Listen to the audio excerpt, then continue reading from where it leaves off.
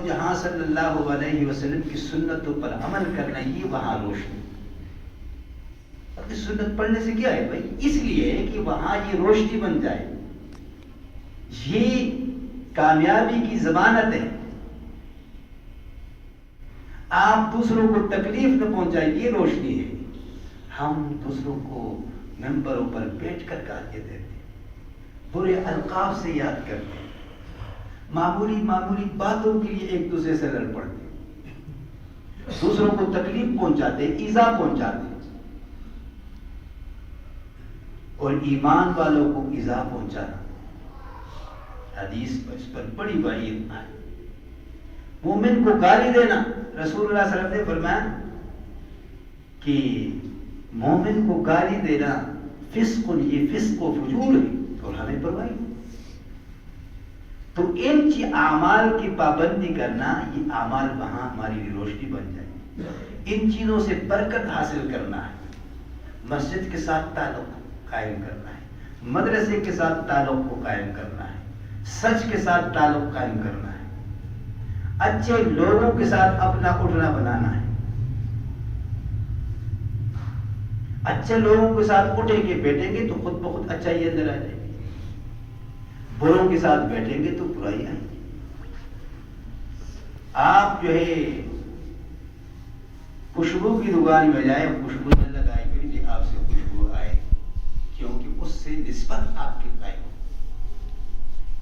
کوئلے کی دکان میں جائے، کسی چیز کو ہاتھ نہ لگائے پھر بھی بدن میں کالک لگ جائے گی، کپڑے کالے ہو جائے، کیونکہ اس کی اثر ہے، اس کی صحبت. یہاں اچائی کی صحبت تھی، وہاں برائی کی صحبت تھی. یہاں اچھی چیز کی صحبت تو خوشبو آنے لگی، وہاں گندی چیز کی نسبت ہوگی، بری چیز کی نسبت ہوگی تو برائی آ.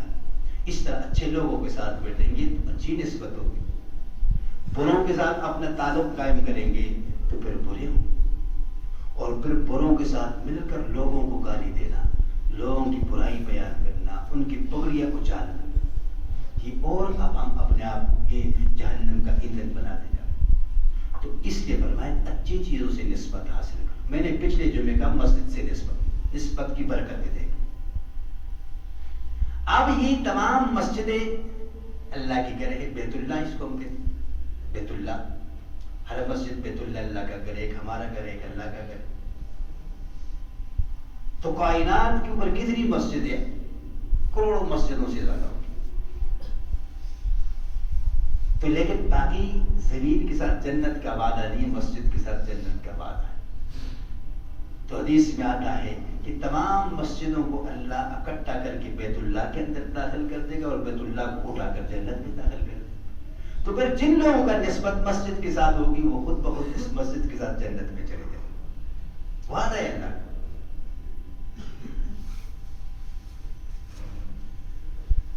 امام گزرے امام احمد بن حنبل، بہت بڑے امام، عرب کے اندر زیادہ تر اس کے مقلد، جس طرح ہم حنفی، شافعی، مالکی. ان کے اوپر ایک آزمائش آئی خلق قرآن کے بارے میں. ایک طویل موضوع ہے، لمبی بات ہے کہ قرآن مخلوق ہے، اور اس پر اس نے بڑی اذیتیں اٹھائی، بڑی اذیت. بادشاہ نے کوڑے لگوائے، روڈوں پر اس کو گھسیٹا، لگا اس کی بدنامی، اور پھر کوڑے جیل کے اندر ڈال کر کوڑے مارے. امام احمد بن حنبل رحمۃ اللہ علیہ.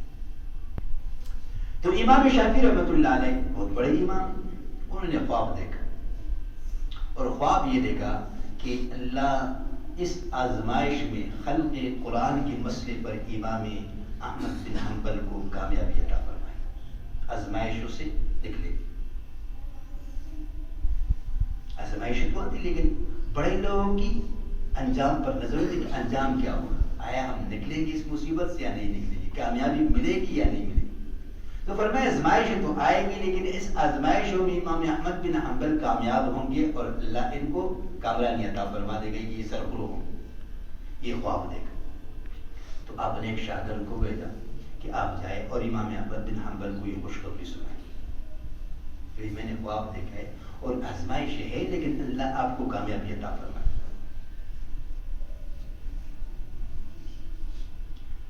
شاگرد کے امام شافعی کا امام احمد بن حنبل کو خواب سنا کہ امام شافعی نے خواب دیکھا، اور خواب یہی دیکھا کہ آزمائش آئیں گی لیکن آخرکار آپ سرخرو ہوں گے، آپ کامیاب ہوں گے، اس آزمائش سے آپ نکل پڑے. تو بڑے خوش ہوئے. اور یہ ان کے استاد بھی امام شافعی امام احمد بن حنبل کے استاد تھے. استاد نے خواب دیکھا، اتنے بڑے امام نے خواب دیکھا تو خوش ہوئے کہ اللہ کامیابی عطا فرمائے. تو حدیث میں آتا ہے جو خوشخبری سنائے آپ کو اس کو کچھ ہدیہ پیش کرے، جو آپ کی توفیق کوئی خوشخبری لا کر سنائے تو اس کو اپنی توفیق کے مطابق کوئی ہدیہ پیش کرے. تو اس خواب سنانے والے امام شافعی کے شاگرد کو امام احمد بن حنبل نے اپنا جبہ اتار کر دیا کہ یہ آپ نے خوشی کے طور پر تحفہ ہدیہ پیش کر اپنا جبہ. شاگرد واپس آئے اور جب واپس آئے تو امام شافعی کو کارگزاری سنائی کہ بڑے خوش ہوئے آپ کا خواب سن کر، اور پھر مجھے ہدیتاً یہ جبہ پیش کی. تو امام شافعی جیسے عظیم الشان امام نے درخواست کی اپنے اس شاگرد سے، فرمایا کہ یہ جبہ مجھے آپ اگر دے دے تو آپ کی مہربانی. تو وہ تو اس کے استاد تھے، اس نے فوری طور پر جبہ امام شافعی کو دے. امام شافعی نے وہ جبہ لے کر، کیوں بھائی کہ بہت بڑے امام کا جبہ، جائے کہ ان کے شاگرد لیکن بہت بڑے امام کا جبہ، اس کی جسم سے اس کی نسبت ہے، اس کے نام کے ساتھ اس کا تعلق ہے، اس نام کے ساتھ نسبت ہے، اور اتنی بڑی آزمائش میں مبتلا ہے، اللہ کے مقبول بندے. تو وہ جبہ لے کر امام شافعی نے پانی میں بھگو دیا، اور پھر جو بھی مریض ان کے پاس آتا اس جبے کا پانی اس کو پلاتے، اللہ اس کو شفا عطا فرما دے. کیوں کہ نسبت. تو اگر ہماری نسبت ہوگی مسجد کے ساتھ، ہماری نسبت ہوگی سچ کے ساتھ، ہماری نسبت ہوگی نماز کے ساتھ، ہماری نسبت ہوگی ایمان والوں کے ساتھ، ہماری نسبت ہوگی اللہ والوں کے ساتھ، متقین کے ساتھ، تو کیا اللہ ہمیں کامیابی نہیں عطا فرمائے؟ ضرور عطا فرمائے. لیکن ہم اپنی نسبت رکھیں.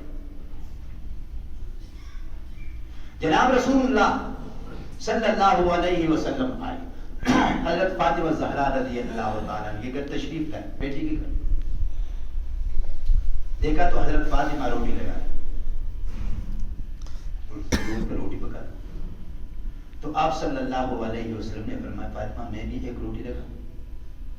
محبت بیٹوں سے، ویسے بیٹی اللہ کی جگر ہوتی. یہاں تو کئی لوگ منہ بناتے تھے بیٹی پیدا ہو گئی، لیکن بیٹی تو آپ صرف فرمایا جس کے گھر کے اندر 2 بیٹیاں پیدا ہو جائیں اس کی تربیت کرے اچھی طرح، اس کی تربیت کرے، پھر ان کی شادی کرے. تو آپ صلی اللہ علیہ وسلم نے فرمایا قیامت کے دن وہ میرے ساتھ یوں کھڑا ہو. اتنا بڑا مقام ہے بیٹی. ہم تو یہاں ان کا مال کو ہڑپ کرتے، ان کی جائیداد کو ہڑپ کرتے. رات کو میرے پاس ایک خاتون نہیں رو رہی تھی، باپ کے پیسے ملے ہوئے لیکن بھائیوں نے قبضہ کیا. میں گیا کہ میری بچی بیمار ہے، مجھے تھوڑے سے دے دو. نہیں انکار کرو. میں کیا آپ ان کا اولاد ہے بیٹے تو بیٹیاں ماں باپ کی اولاد نہیں، یا یہ بیٹیاں اپنا نالے سے پکڑ کر لے کے آتی. بھائی جہاں سے بچے آتے ہیں وہاں سے بچیاں بھی آتی. ان کا جہاں حصہ اللہ نے شریعت نے مقرر کر دیا، مثل حظ الانثیین، لڑکے کو زیادہ دے دیا لڑکی کو آدھا دے دیا، لیکن آدھا بھی نہیں ہم نے دیا.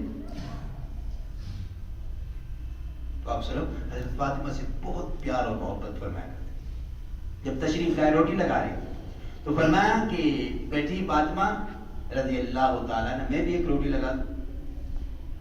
بھائی جان حضرت بڑا بنا کر رسول اللہ صلی اللہ علیہ وسلم کو دے دی. آپ نے اس کو روٹی بنا کر حضرت فاطمہ کو پکڑا دیا کہ تنور میں لگا دو. وہ روٹی حضرت فاطمہ نے تنور میں لگایا اور ساری روٹیاں پک گئی. حضرت فاطمہ نے ساری روٹیاں نکال دی، لیکن ایک روٹی نہیں پک گئی. وہ جیسا پیڑا لگایا اسی طرح ہے. ساری روٹیاں پک گئی، تنور گرم ہے، روٹی نہیں پک گئی. تو عرض کیا ابا جان ساری روٹیاں پک گئی لیکن ایک روٹی نہیں پک رہی اور جیسے ہی لگائی ویسے ہی پڑی جو آپ کا پیڑا تھا. تو آپ سلام مسکرائے اور فرمایا فاطمہ جس روٹی کے ساتھ تیرے ابا کا ہاتھ لگ جائے اس روٹی پر آگ اثر نہیں کرتی ہے، یہ قیامت تک نہیں پکے گی، پکاتے رہو، اثر ہی نہیں کرے. اگر ہماری نسبت جناب عقائد و جہاں کی سنتوں کے ساتھ ہوگی، آپ کے اقوال کے ساتھ ہوگی، آپ کے افعال کے ساتھ ہوگی، تو کیا ہم آگ میں پھر چلے گے؟ نہیں، ہم آگ ہم پر اثر ہی نہیں کر سکے گا، اور ہم آپ کے قریب نہیں جائیں گے۔ آپ کی سنتوں کی نسبتوں کی برکت کی وجہ سے ہم سیدھا جنت میں جائیں گے۔ یہ ہمارا ایمان، ہمارا عقیدہ ہے۔ حضرت انس ایک صحابی فرماتے ہیں رضی اللہ تعالیٰ عنہ کہ میں حضرت انس رضی اللہ تعالیٰ عنہ کے گھر گیا اور ان کے گھر میں نے روٹی کھائی۔ اس نے اپنی خادمہ سے کہا کہ تولیا لے آؤ، کپڑا لے آؤ، جس کو ہم تولیا کہتے ہیں، ہاتھ صاف کرنے کی۔ تو جب وہ خادمہ نکرانی تولیا لے کر آئی تو وہ میلا کچیلا تو حضرت انس کو غصہ ہے کہ میلا کچیلا تولیا مہمان کے سامنے، تو غصے کی نظروں سے دیکھا اس کو خادمہ، کہا جاؤ اس کو صاف کر کے لاؤ۔ تو خادمہ نے وہ تولیا اٹھا کر اور دوڑتی ہوئی جہاں تنور میں روٹیاں پکا رہی تھی، آگ جل رہی تھی، اس تنور میں تولیا پہ تھوڑی دیر کے بعد تولیا نکالا اور مہمان کے سامنے پیش کر۔ تولیا بالکل صاف ستھرا ہے، کوئی جلا بھی نہیں ہے، صاف ستھرا، میں کچھ آگ نے جلا دی۔